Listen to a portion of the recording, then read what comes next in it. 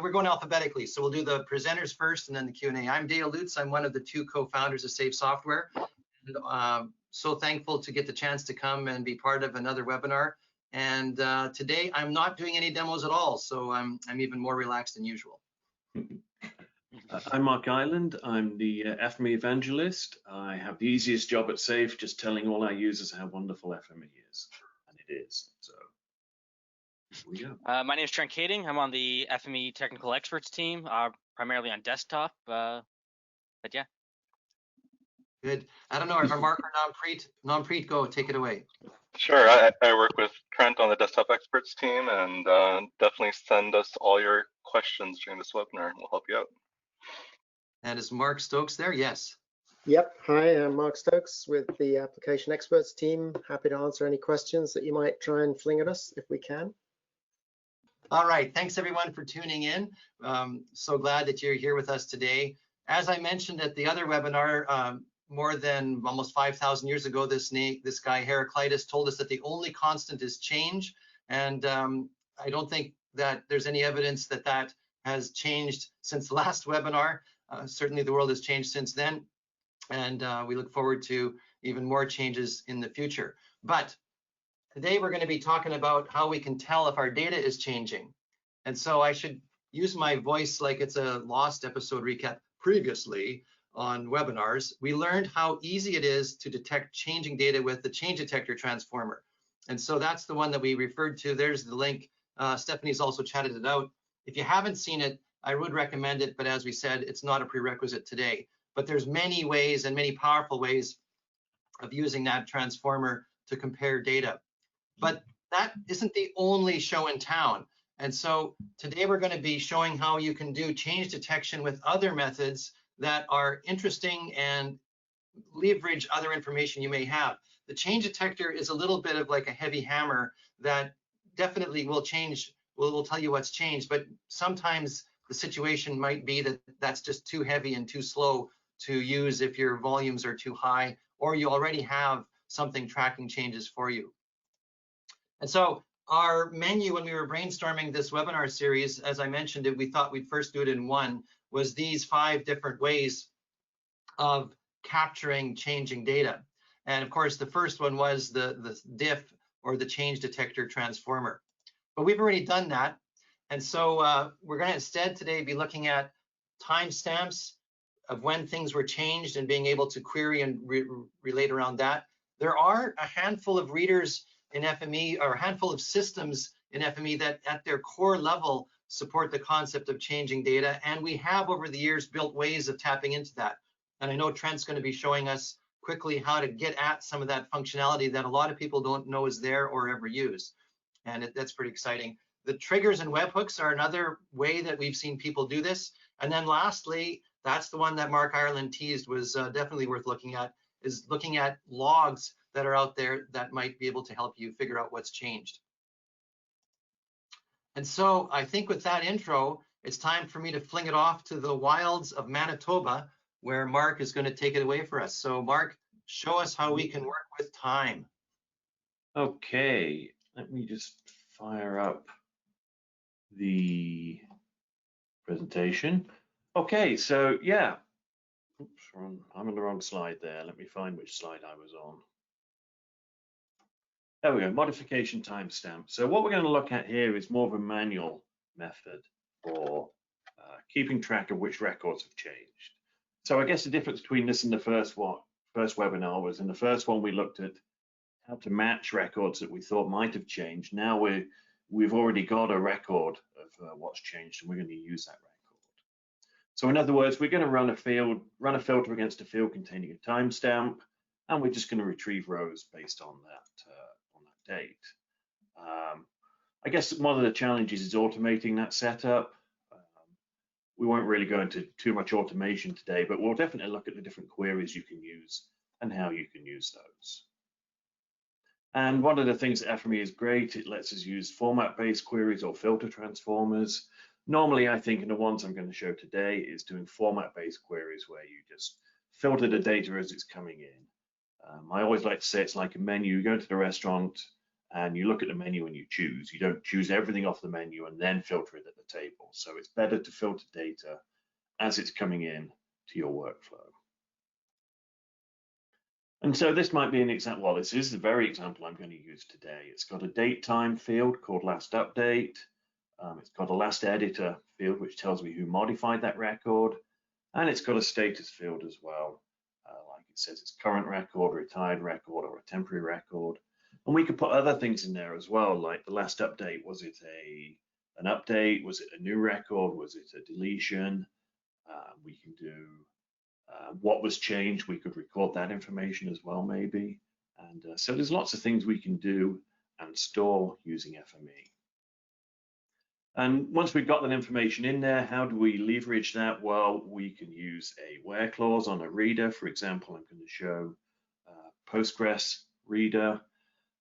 And it's got a where clause on it. We can put all sorts of different clauses in there. We can say, pick out some information on this date, pick out some information between these two dates, between a certain date and now. We can use a greater or a less than. We can say, pick out all the updates that happened on a Monday. Pick out relative dates. I always like using relative dates. They're pretty fun. So I can say, pick out the last updates that occurred between now and 1 week ago, or 1 week ago and 2 weeks ago, that sort of thing. And then we can combine that with the other fields I had in there as well, like show me the updates in the last month that were updated by this user or have a particular status. And one of the things I found using Postgres was the flexibility in the format. So my query could be the date in the format 2020-0101, which is sort of FME style format, or I could put dashes between the year, month, and day, and it still worked, whichever way around I did that. So I was quite impressed with Postgres for handling that. And then the other thing we can do is we can do a bit more of a change detection. So say we've got two data sets, we want to do a change detection. One of them's in a database. We can put queries on there and we can merge and test based on the date time. So that's what I'm going to show right now. And the first thing I'm going to show is this workspace, which has just got a reader in there basically. And if I look at the data that it's read, I've got the data cached. I can turn off the map, I don't need that. We can see that we've got a whole bunch of addresses. It's in the city of Vancouver, and it's got an owner, a status, last update, and the last editor field. And I just put these records in there and gave them a random date time. So what sort of things can I do? Well, I'm going to copy a few of the SQL statements out of here, and you can see that on my reader's always listed in the navigator window. We've got a where clause in there, so I just add a reader for Postgres. I can come in here, set the where clause, and put any sort of where clause, like pick records that were last updated on the 1st of January. And then I hit the run button, and it should run that pretty quickly because it's just sending one query off, and it's pulled back 16 records. So that's just a way that we can read just one particular date. Again, I can do two particular dates. I could use this SQL function that says now. This isn't using FME functions. I guess I could put FME functions in there, but I'm using the pure SQL. Yeah, if I open the where clause builder, I could probably put an FME function in there, but I'm just using SQL. So that's saying pick all of the updates between 2015 and now. It doesn't look like it changed in there. Let's just run it and see what happens. Oh yeah, there it is, it's changed now. There we go, so 908 records changed between the 15th of August and now. And like I said before, we can do relative dates, which I think is always pretty cool way of processing dates. So I can say where my last update is greater than now minus 1 week, which basically tells me which records have been updated in the last week, which should be none actually, because I did this, set the data up a couple of weeks ago. So it, yep, returns no records, but I can change that to say find it in the last 2 weeks, and it should, I hope, find some records that time. Maybe I'd have to go back 3 weeks, but we'll see. Yeah, I guess 3 weeks would be the one. But there's lots of SQL queries we can use, and you'll get this workspace after the webinar, so you don't need to worry about writing all of these down. But there are so many different things that we can use there. There we go, 86 records updated in the last 3 weeks. And the nice thing about that is because I put the now in there, if I run this workspace in a week's time, it'll shift that window forward that extra week. So it's not hard coding a particular date. So because we recorded that information, we can now use the filter when we read it back. And that's a fantastic way of being able to filter data by what's changed. The other one I've got is this workspace. So what are we doing here? Well, what I'm saying here is that we have the same address database, and somebody's made a record of all of the current, they've extracted all of the current records and given it to someone to go and update them. And that person's gone out and updated all the records and given it back as a CSV file, which is what I'm looking at here. And we know there's some changes in that CSV file, some changes, some updates, some new records, maybe some deleted records. And we have to try and find out what they are. And we do that by comparing it against the database. Now, one way of doing that would be a SQL executor or a feature reader. They're both valid ways. But the thing about that is the feature reader is actually sending off a separate query for every record that's coming in. So basically, I'm saying for every record I'm reading from the CSV, find the one that's got the matching address and its date is older than the one that's in this CSV file. And the problem about that is I'm sending every single CSV record as a query, and it takes a while to do that because it's sending 8,000 queries off to the database. And the same thing happens if we use a SQL executor. So although it seems like that's the most logical way to do this, sometimes it can be a bit slower if your database isn't set up, if it's not indexed well, which mine almost certainly isn't. And mine's sitting on an Amazon machine somewhere as well. So I've got that added lag of sending things over the internet. So that's why that might be a bit slow. So instead, what I do is I break the rule I said before, and I read all of my addresses from the database into the workspace at once. And then I do a change detection against the CSV data.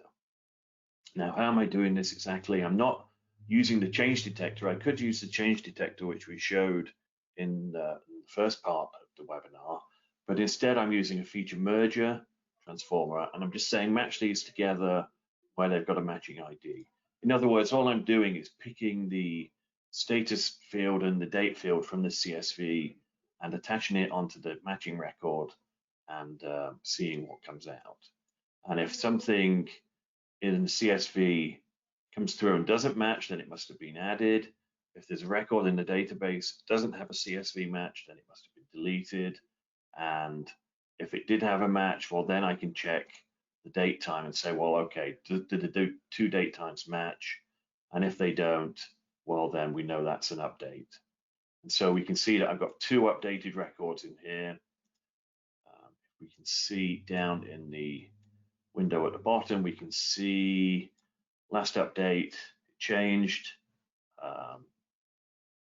status has changed, and so on. So that's what it was checking for there. And so what can I do when I've got that? Well, I've sorted out my additions and my updates and whatever, and I can write them back to the database. But the other thing I'll probably want to do is put an attribute manager in there and say, okay, let's update some of these fields, like the last editor. I'm going to put my name. I'm going to put the Fme Evangelist was the last editor. The last update field, I'm going to open the text editor, and I'm going to throw down an Fme function called datetime now, which tells me what the date time is when we run that function. And the status, we could change that. We could say it's updated, or we could say it's inserted, or we could say it's current or retired, or whatever we like in there. We can have all of those fields in there and updated. And then we just run that and send that to the Postgres writer. So that's how we could find records that have changed against another data set and update that important information, that metadata about what has changed and when. And so that keeps the record up to date. And the next time we do the change detection, that'll have the new updated date to check against. So yeah, so that's fairly straightforward stuff. It's sort of a manual process, really. We're manually reading that information and manually writing it back out again. And as the note says in the slide, today's demos are being recorded, so you can watch again a little bit slower if I've gone fast. And we'll make the workspaces available for download. So all of that SQL that I was using there, you'll get a copy of that and links to where I found it from as well. So that method, yeah, change detection in that case is very quick and simple because I can use filters. And if I didn't use a where clause, I could have used a tester transformer instead and just read everything. So it's pretty straightforward to set up. And it's a manual way of recording the info, but you have full control over it. You can write whatever you like, whether it's the username, the date, the update type, any sort of information you like. And with FME, it's very flexible, so you can record and update any metadata like that you need. And it gives you a generic solution. So if I needed to export that Postgres database, I could do that and it would just translate to any format without problem. So I think that's me done. I'm going to pass it over to Trent now. He's going to look at a few more automated methods of doing what I just did. So if you grabbed, yep, you've grabbed the presenter. Perfect. Excellent. Okay, yeah. So as Mark touched on, he focused on kind of those SQL queries that you can use directly against a database for the date time. So what we're going to look at is within FME, certain formats such as geodatabase or Arcgis portal or Oracle or Small World, to name a few, have specific parameters within the reader that allows FME to essentially do the change detection without having to read both data sets in or different versions in and then compare the two. And when reading in these changes that between the table through versions or alternatives, if you're working with Small World, FME will actually flag the feature as whether or not it's an insert, update, or delete. Now, when it comes to updates, we will not flag the actual change. So that could be a geometry change or that could be attribution changes. So while we will flag it as an update, we will not tell you exactly what has changed. So here's just a quick example here from a Small World reader. If you were to want to read in differences between alternatives as they're referred to in Small World, this is what a table would look like through Data Inspector. So here you'll see the FME DB operation. So each feature has been flagged as whether or not it was an insert, delete, or an update. Step out into this one. So here I just got a simple workspace. We're just reading in a few tables here. So the first one is is the one we're kind of going to focus on for the most part. So we've got I've got two portal readers added. Both are connected to the exact same feature service. However, one is reading from our default version, which is this bottom one down here. And then this top one is reading from a child version of default, but only reading the differences. We could read, all the features from that version, or we can just read the differences. Now, when we do that, if I look over here in Data Inspector, so here, if I turn all these layers on, these are, this is my default version. So this is a utility network within Arcgis portal. So these are all my tables within that utility network. And if we look at this water junction, I see I have just under 11,000 features. Now, with that second reader, where I mentioned where we're just going to read the differences between version A and the default, we only get a single feature. And if I take a look at the feature information window, I can see that it's been flagged as an update. So something between this version and the default has changed within this feature. Because if I grab this global ID and go to junction, oh, here it is here, I already put it in. I can confirm that this feature actually exists in the default or the parent or master level version of this utility network. Then if we jump back to the workspace again, so that was for Portal. We also have for ArcSDE. Now ArcSDE, I'm only focusing here, and those who are not familiar with ArcSDE, it's a geodatabase or an enterprise geodatabase. So there's two ways that FME can work with geodatabases when wanting to extract differences within the reader. So that's either through versions, as I kind of just touched on, and then archiving. So where you want to look at a database or at a table at a specific point in time without having a date field directly on the table. Now on the parameters, we're not going to focus too much on these, but just to give a brief kind of showcase here is we have this little under the advanced section, we have a section that says, read the version differences. And we can basically set two versions that we want to read from. So with it being a geodatabase, we could have, two nested versions. So I could have, I could be reading from this version here, which would be, we'll call version A. And then I could have a secondary version, we'll call A, -2, and compare those two. Or you could compare against the default. So this is just a way of essentially allowing you to read from, in theory, two different tables at the exact same time and perform that change detection to see what has changed without having to read both tables into FME at the exact same time. So you save on that performance. Basically, you let the database do the work, which, FME, we're all about letting the database do the work. So just to give a few examples, so we gave, geodatabase, enterprise geodatabase and Portal. We also have Oracle has the workspace set parameter that allows you to read from a different Oracle workspace, as well as Small World. So not all databases do have that functionality implemented with the reader, but those are probably the four key ones. Yeah. Trent, can I just ask you, somebody asked, can you just show how you connect to an Arcgis portal in your workspace? Just very quickly, just to show how Yep. that If I just open this, so I have it just set up as a URL. Okay. And then I point to my feature service, and then I've toggled on branch versioning with reading from a utility network. If you were just reading from if you were reading from just a default ArcGIS portal feature service that does not have branch versioning enabled, you would not be able to make use of that extract differences. So here's that differences I mentioned right here. So I could just read the features, which would read that from that specific version, all the features, or it will read the differences. Wow, that's great. Okay, thanks, Trent. I think that's So Trent, this is Dale here. Just even at a higher level, there's actually a reader that's for ArcGIS Portal as opposed to ArcGIS Online. They're two different readers.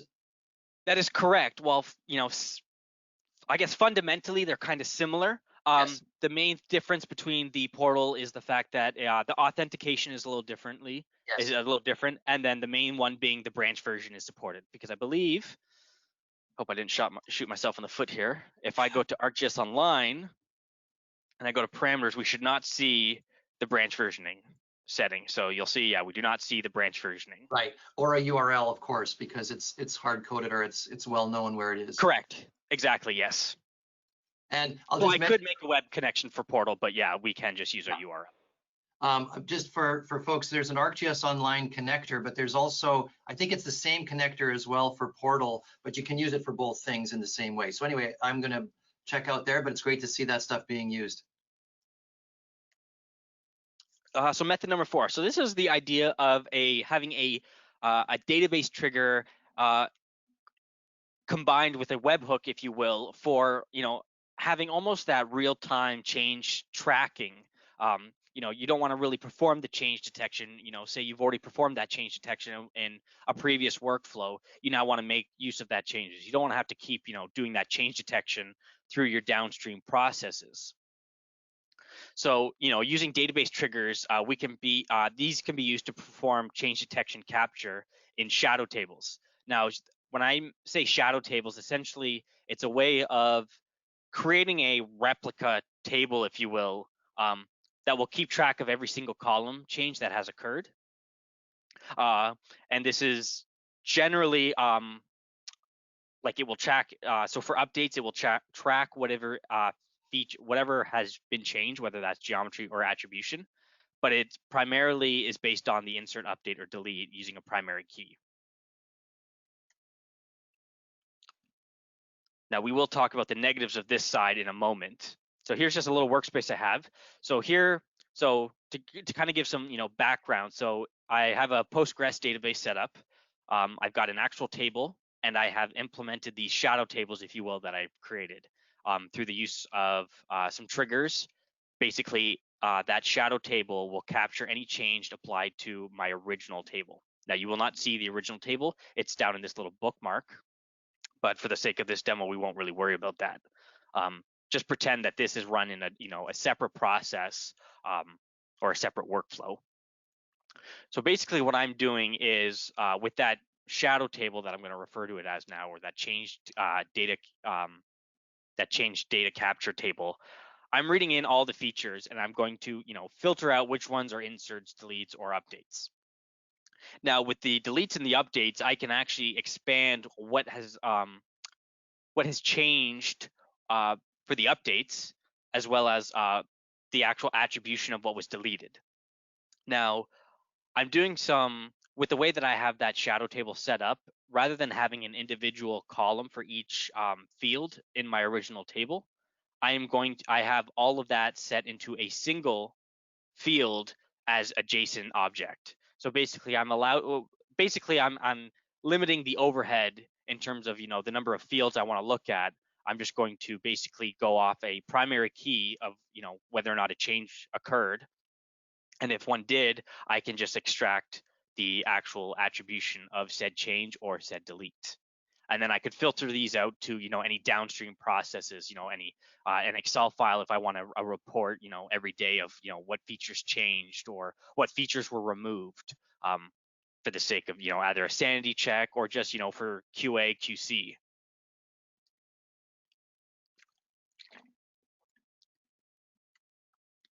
So the negative side of this, so actually I guess we'll just start with the summary here. So we created a shadow table and using some triggers that are in the database. So basically the database is doing all the work. Fme is going to read in that change table and only track the features you want. So for example, if I only wanted deletes, I could filter out and just grab the deletes. If I only wanted the updates, I could only grab the updates, and so forth. Now, the negatives I wanted to touch on. So this scenario is quite intrusive to the database. So if you were in a work environment where you have limited access to the database, or your DBA prefers not to have any really outside noise, if you will, this might not be a plausible solution or a valid solution for your sake. Because all the SQL that I used to set up this environment for Postgres will be included with the examples we send out.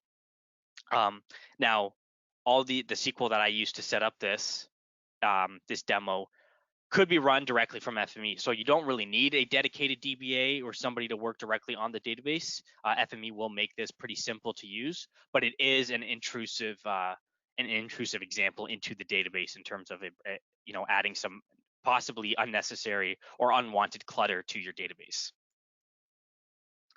Now here's the interesting one problem. Can I just wanted to clarify for my benefit as anyone. So that last method, when somebody changes a record in the database, that triggers an Fme workspace. Have I got that right? Where's the trigger? So no. So when you Okay, so actually let's step back out into that workspace. Oh, that's not the one. So this one. So I'll open this little bookmark, which is my original load. Okay. Into a table. So this workspace this part of the bookmark is reading in some, I think it's public tree data from our Fme data folder. So I'm reading in and I'm writing to a public trees underscore CD tables, or change detection in my Right. Postgres. But you'll notice what I'm reading from up here is in a CD history, and that's because I have set up a secondary logging table that I would not have users write to. The only thing that will be writing to this table, this CD history, is that database trigger that is set in Postgres. So it's not running an FME workspace. It is just the database does all the work. So I will write to this table. As soon as I write a single feature, the database will fire off a trigger tracking those changes into this table. So it's just a way of essentially allowing me to, because otherwise what I could do is I could read from this table and then read from whatever my new features are going to be, and then perform that change detection manually. Yes, I think I get it now. So the when you write a record, the trigger in the database is creating a new record in this shadow table you created. That is correct. Now, actually, since we kind of brought that up, exit out of here for a second. So we could chain with the fact that it could be kicked off. That trigger could kick off a workspace. So with that workspace that we just showed, where we're reading directly from that change detection table, I can have an Fme Server Automation set up that actually ingests a webhook. So the database sets off a webhook every time a change is made, and that is tells us to run our workspace to grab those changes and filter those down to any downstream processes. That's fantastic.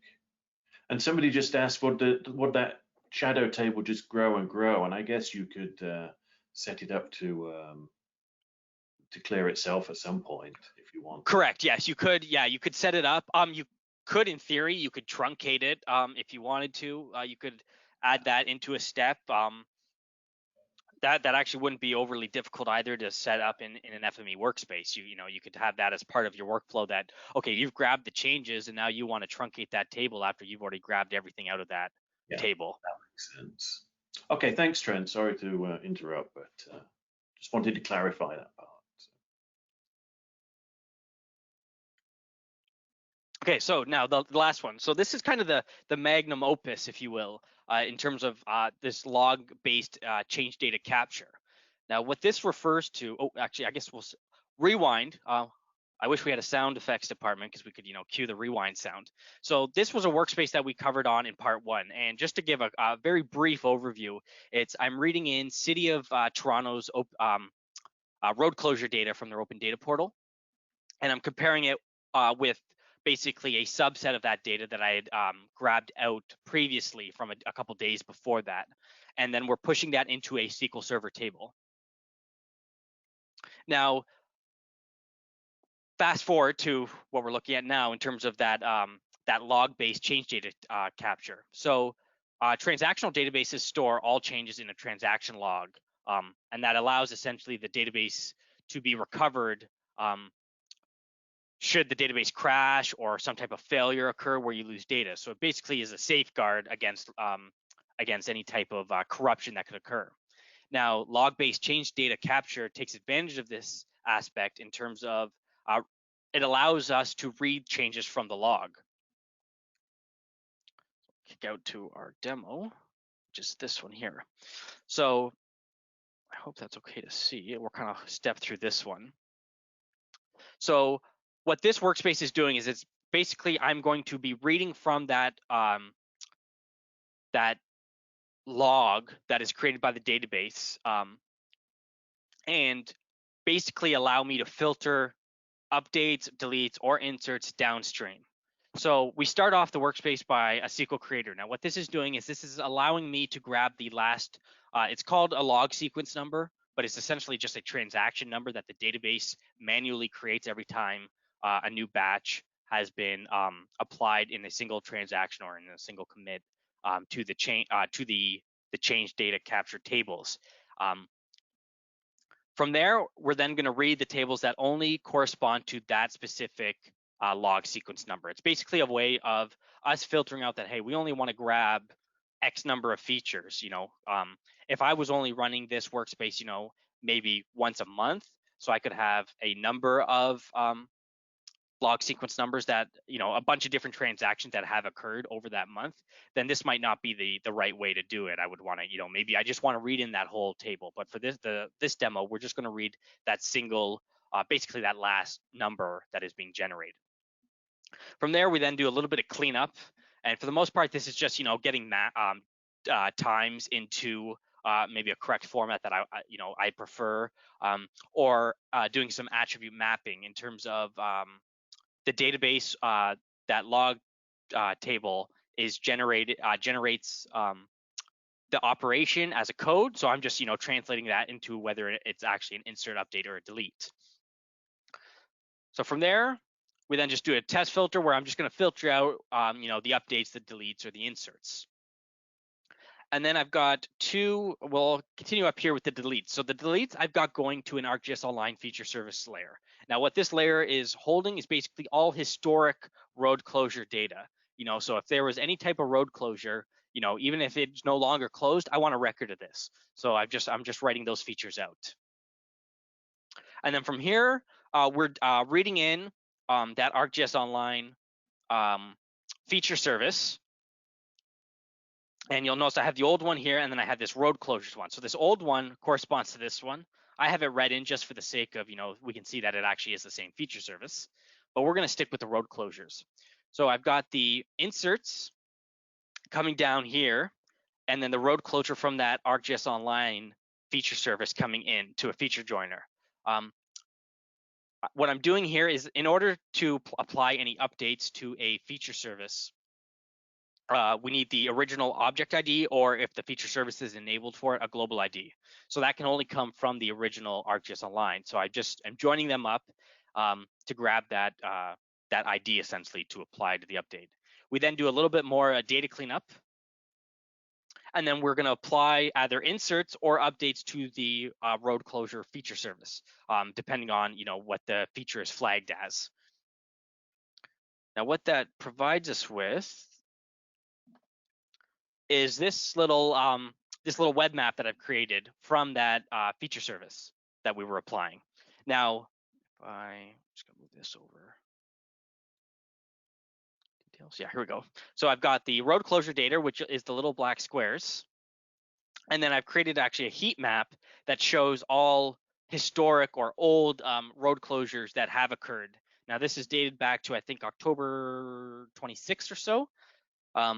So this is as of this morning, and this was my original from October 30th that I took a screenshot of just to kind of show. So we can see there have been some differences. Now I could also reverse that if I wanted to, or anything like that. But this is just a way of grabbing those changes and moving them downstream.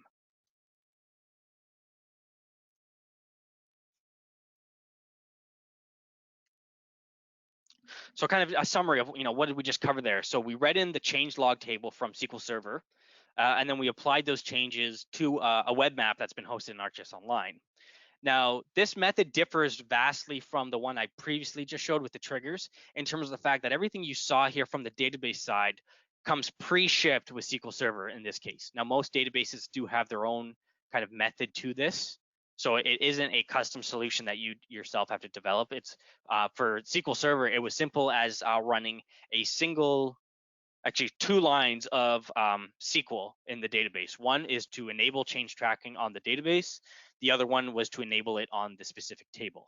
That's all that was required, and everything else is pre-shipped essentially. So this is basically a non-manual task in terms of this demo that allows the database to do the work with the tools that come pre-shipped with it. So it's very safe, if you will, in terms of the fact that it's not adding any unwanted or custom noise to your database. And Fme allows you to work with those that change log in a visual process that allows you to automate this type of change tracking and to continue that data flow to any downstream processes or reporting.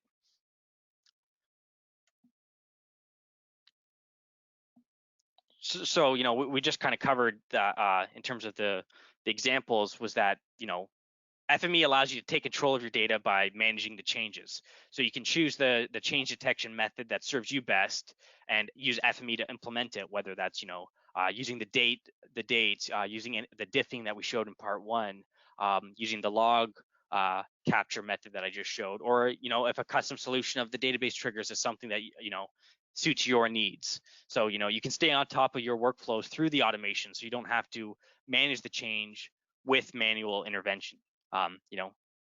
Remove as much manual steps from the process you can, and it just makes everything smoother and faster. I think I'll pass it back to Dale. I just wanted to say that this is Mark. That was fantastic. What was that thing you read from the database change table? It was a something number.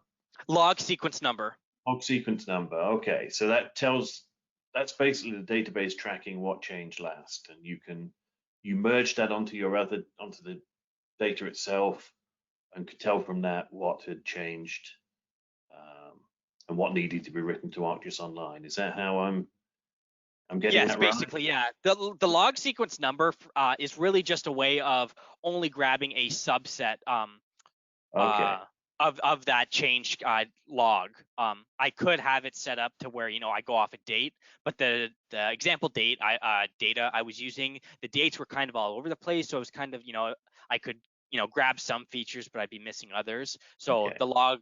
That log number is just a way of basically ensuring that I grab everything from essentially the last run. Got you. Can we see the SQL in there? Yeah. Is that yeah, absolutely. Not a secret. No, don't look at it. It's my code. There it is.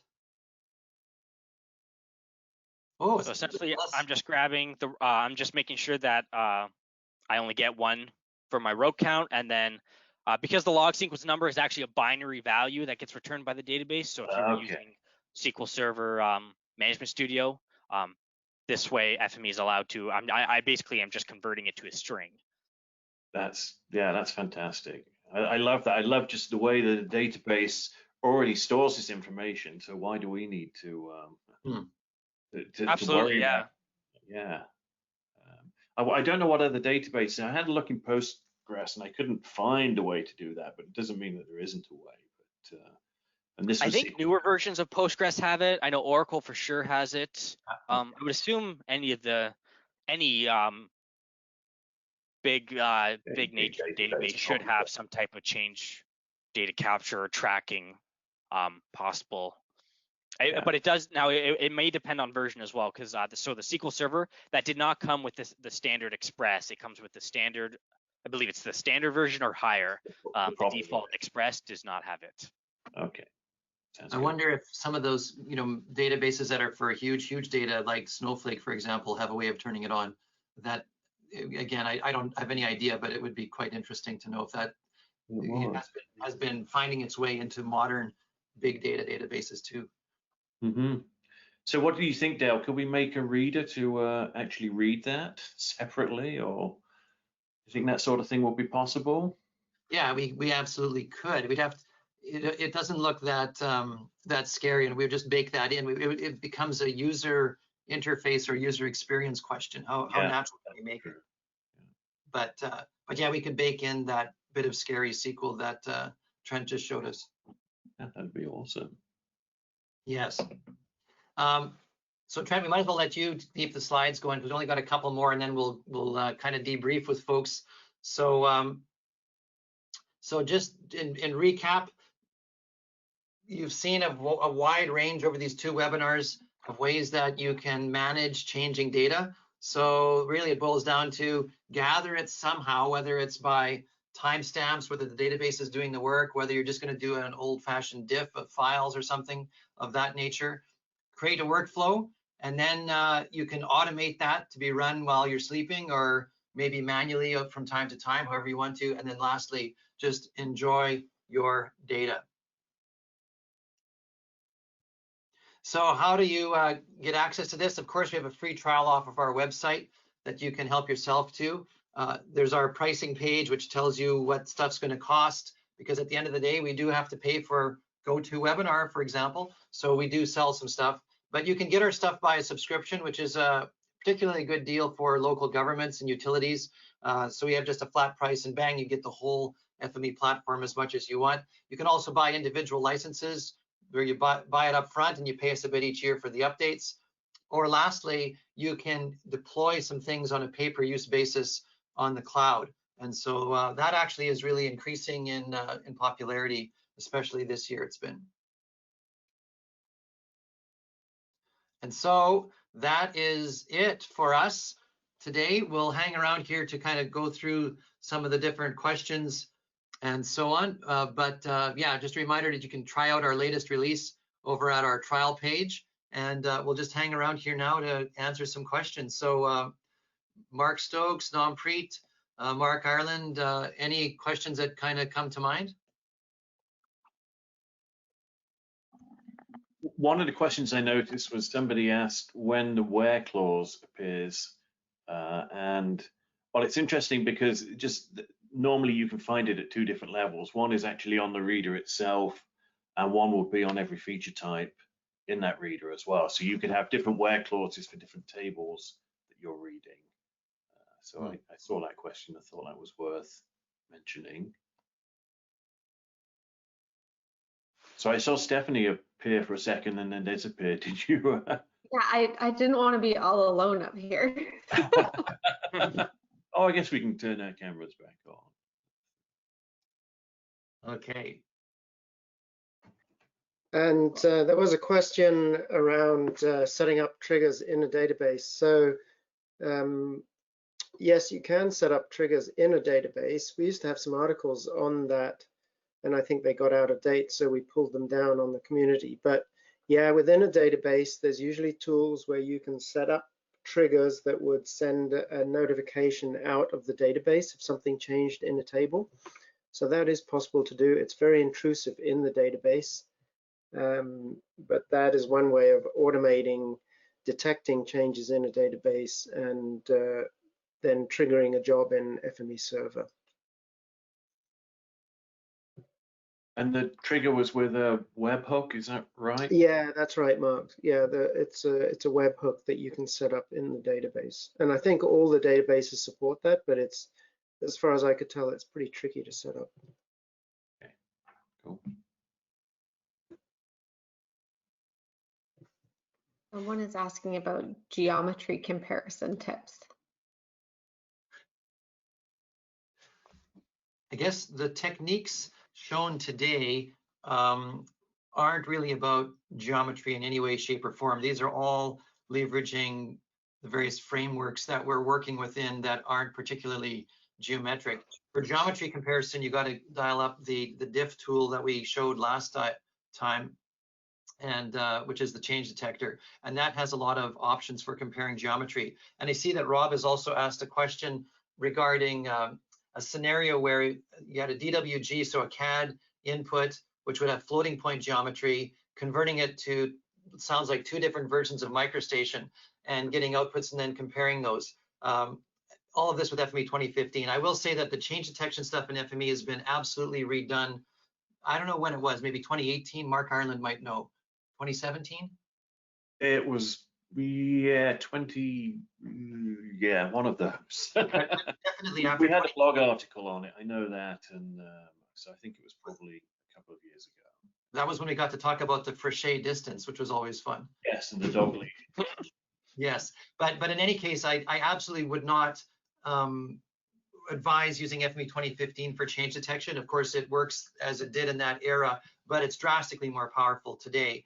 But I was going to get to, if the two different versions of MicroStation, Rob doesn't tell us exactly which ones, but one of them, the modern one, can do floating point coordinates for the geometry, and the old one was integer-based coordinates optimized for PDP-11 for those that care, but still being used today. And so I have a feeling that if you output those two, you're going to get some differences in geometry because of rounding off, and then when you compare them, you're going to get some funny things. But I would say, in the case you're talking about here, to look at that carefully with a modern FME. And I do believe that the change detector did its thing in 2015, but it was exact geometry only, and how all the options interact, may or may not have been causing the issue in question here. But yeah, desperate. Rob says he's desperate for 2020. I imagine that there's some roadblock. that wouldn't be from SAFE, but I hope if there's anything we can do to get you onto a modern FME. I think FME 2015 wouldn't even have feature caching, right, Mark? I don't know that it would, no. I think that arrived in 2017 or 18. So Yeah. yeah, you're in for a whole world of happiness, Rob. The coordinate rounder, would that help in 2015 just to round off coordinates in case they didn't match? Yeah, it usually does help a bit. Yeah. But yeah, still, all of those things were kind of workarounds until we did the fancy Frichet thing that that you can go and find Mark Ireland's blog about, because he was walking his dog in a park with a leash, and that was how he did his comparison. That's the classic method of talking about what a Frichet distance is and whether it's a true Frichet or not. Very interesting. There was another good comment going back to Mark's demo with using timestamps. Date fields are always hard, especially when you have notation differences, and that's true. So most formats have their own underlying date structures. Databases all have slightly different formats for their date fields. So if you're using SQL, you have to match the SQL to those date formats. Mark had a link in the slides there to an article on date fields in databases. And then the confusing thing is, so if you use SQL, you have to use the database date field format. But if you start working with dates in FME, then you have to use the FME date field format. So it does get a bit confusing. Yeah, and that comes down to, at least in FME, we chose 25 years ago to use one of the ISO. There's two in the ISO standard for dates and times. There's two flavors, one which has punctuation in the middle for humans to read, and one that is packed together without the dashes.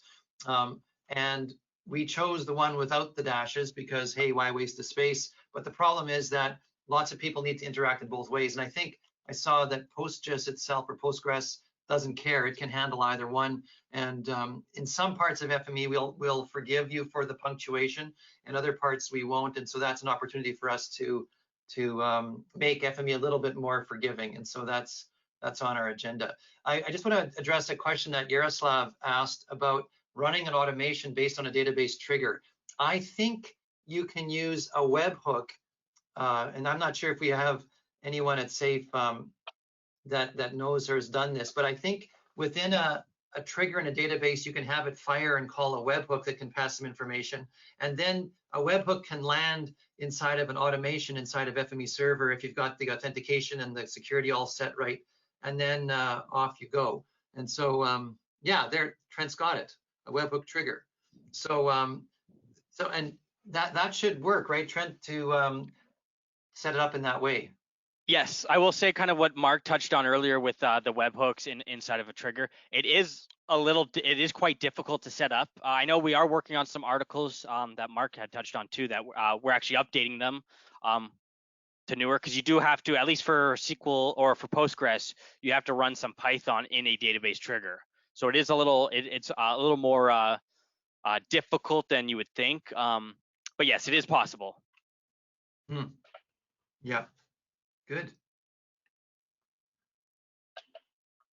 So anything else we should cover off, or would we actually finish early? What would happen if we did, Stephanie? Well, if the webinar suddenly closed down, it wouldn't be a problem. I think Stephanie is still a little bit haunted by that. She just keeps bringing it up. I am traumatized. No, I think this looks really good for our questions. And if there's any that we either didn't get to, or if you think about some later, you can find us in the FME community at safe.com/community, or we will also follow up on any unanswered questions by email. So yeah, thank you so much to everyone who did type in a question. It's really great to have that interactivity. We hope this webinar series was helpful for you. So let us know in the survey what you thought, or if you have any other webinar suggestions. This webinar itself was a suggestion from the audience, so we do love getting that feedback from you, and we love to make webinars happen. So Good job today, you guys. That was a fun series. I think I could see this one being one that we could replay down the road as well. So yeah, there will be lots of more opportunities for Q&A for people as well. If you want to go away and try it and then come back to another maybe replay webinar where you get some questions answered, I could see that happening in the future for sure.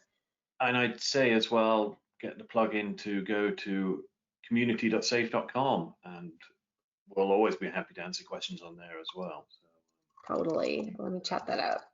thank you. Awesome. Okay, well, I think what I'll do then is, sorry, go ahead, Mark. No, go on. I was just going to say, what I'll do then is close it down. We can turn off our webcams, but I'll leave it running for another 5 minutes. And then if anyone does have questions, we can just answer them behind the scenes.